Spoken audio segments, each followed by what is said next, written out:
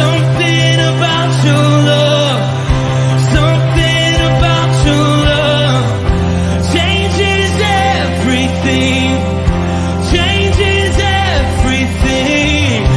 Something about your love, something about your love changes everything, changes everything. Something about your love, something about your love changes everything, changes everything. Something about your love, something about your love changes everything. You turn my morning into dancing. You turn my morning into dancing. You turn my morning into dancing. You turn my morning into dancing.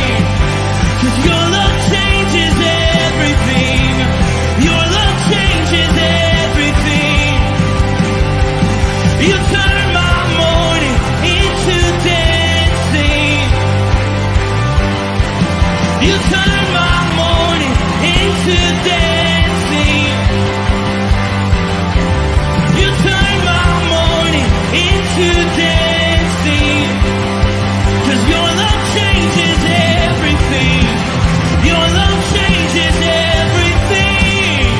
Oh, there's something about your love, something about your love changes everything in my body. Oh, something about your love, something about your love changes everything. It changes everything. Something about your love, something about your love changes everything. It changes everything. Something about your love, something about your love changes everything, changes everything. Something about your love, something about your love changes everything. Something about your love, something about your love changes everything, changes everything. Something about your love, something about your love changes everything, changes everything. Something about your love, something about your love changes everything. You turn my morning into dancing. You turn my morning into dancing. You turn my morning into dancing. You turn my morning into dancing. You turn my morning into dancing. Something about your love, something about your love changes everything. Rooted Men, good morning. Oh, hold on. I got an echo. There we go.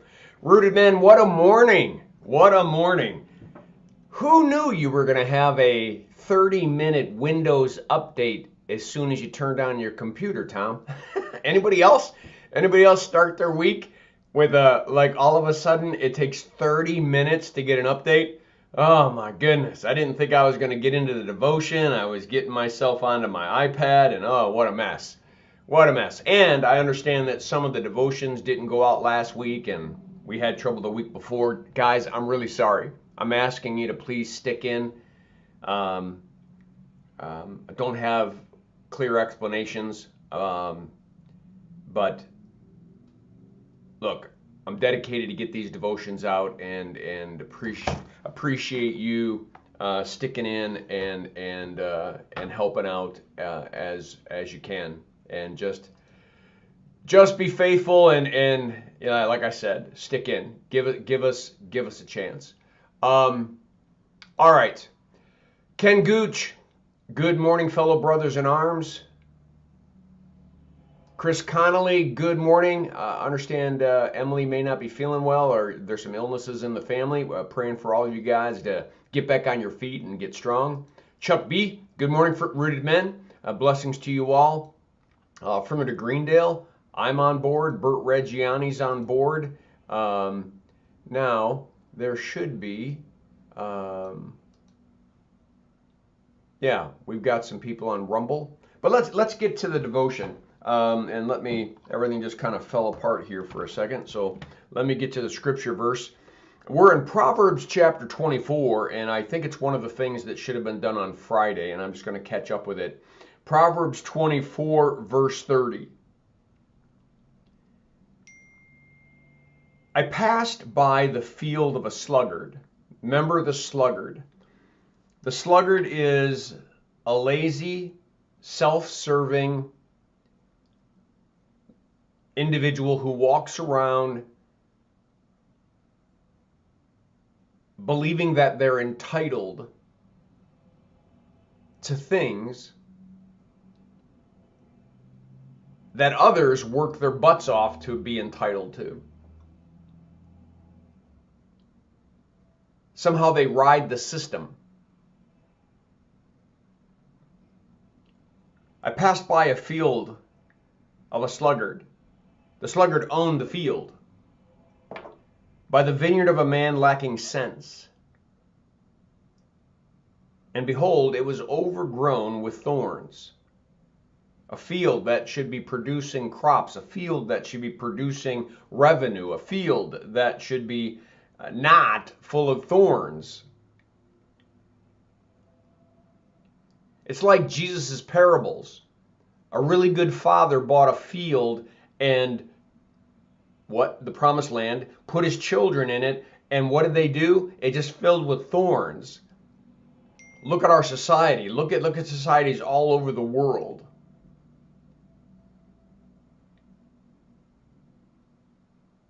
Not having an appreciation for what it is you want and the effort it's going to take to maintain that in your society, lacking sense.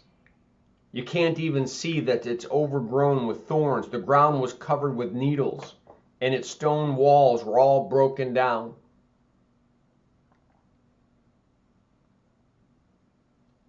He says, then I saw and I considered it. I looked and I received instruction. A little sleep, a little slumber, a little folding of the hands to rest.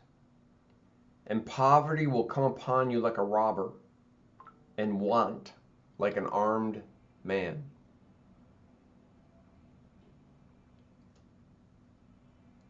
Solomon in his wisdom is realizing that if it's not maintained, if you're not putting, there is no such thing as entitlement.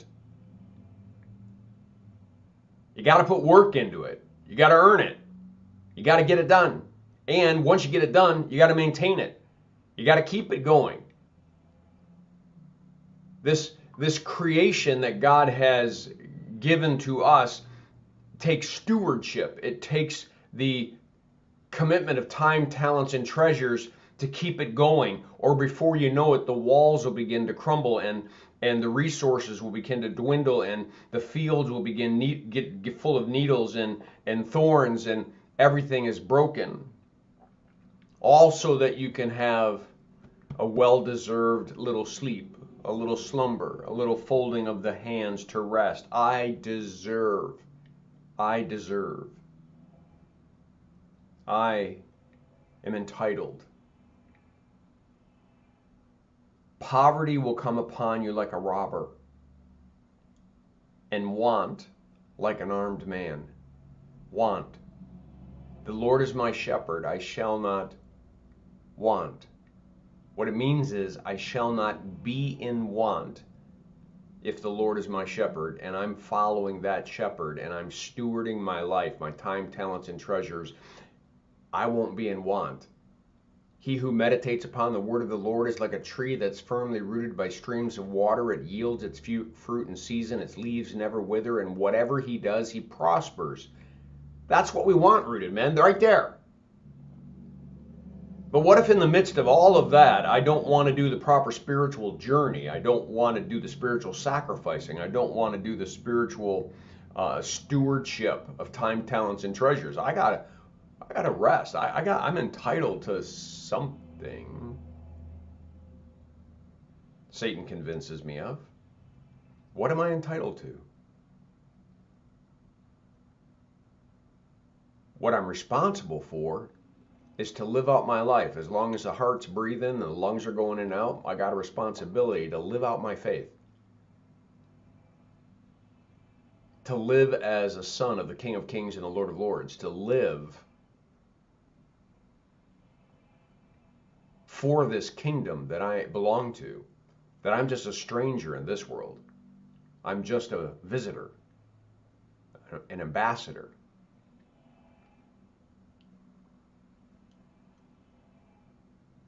Where is our priority when it comes to the church and the movement of the church and our personal involvement in that church?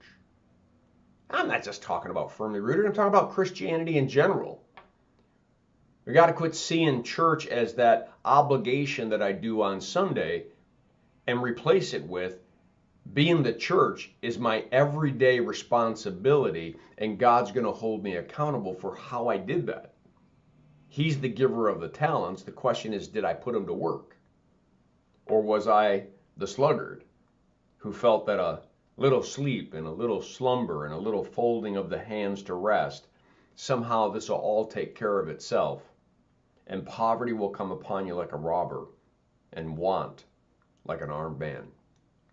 All right, guys, I'll leave it at that. I am so glad I was able to get the devotion in.